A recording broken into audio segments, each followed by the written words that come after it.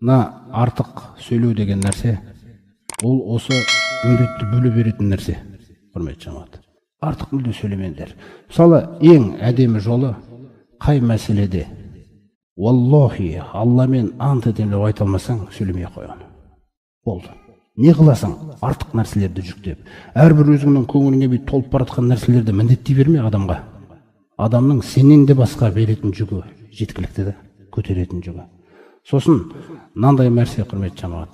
Мағына, мысалы, біреу келіп сөйлескен кезде мен мынандай жамағаттамын, мен мынандай жамағаттамын деген сөздер болып қалса, сен құр қарапайым айт.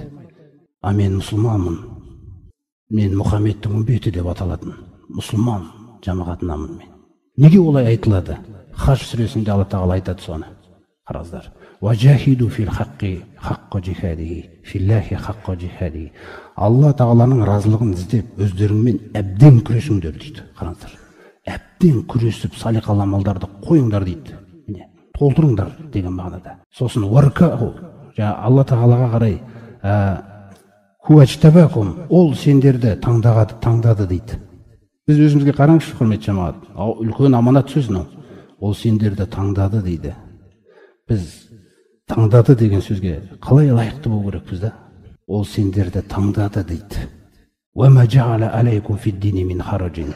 Сондай-ақ ол сендерге дейді, бұл дінде ешқандай ауырлық қылған емес дейді.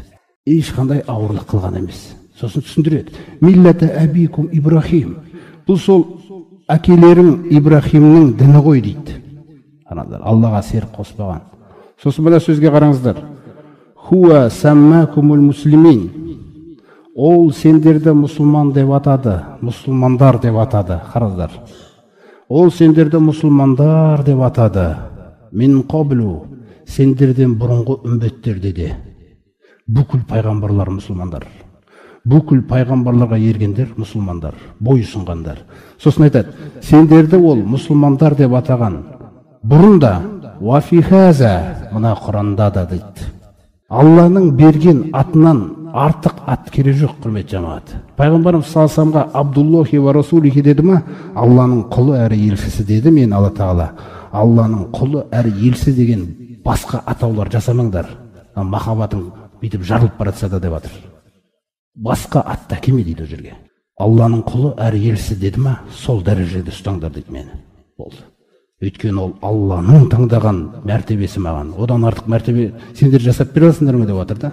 Сол секілді Алла тағала мұсылмандар деп атады ма әр заманда? Болды. Бұл неге бұл проблема? Өйткені Алла тағала ана жерде бір адамның жүрегіне иман берген кезде, жүрегіне иман берілген кезде, сол біз осы түсінікте болмағандықтан, қараңыздар бізде қандай нәрсе болады. Жүрегіндегі иманы сізден дос болу керексіз оған. Жақын болу керексіз оған. Иманы жеткіліксізді сіз достығыңызға. Сіздің кейбір шарттарыңызды қабылдау керек ол. Сіз сүйген кейбір нәрселерді сүю керек ол.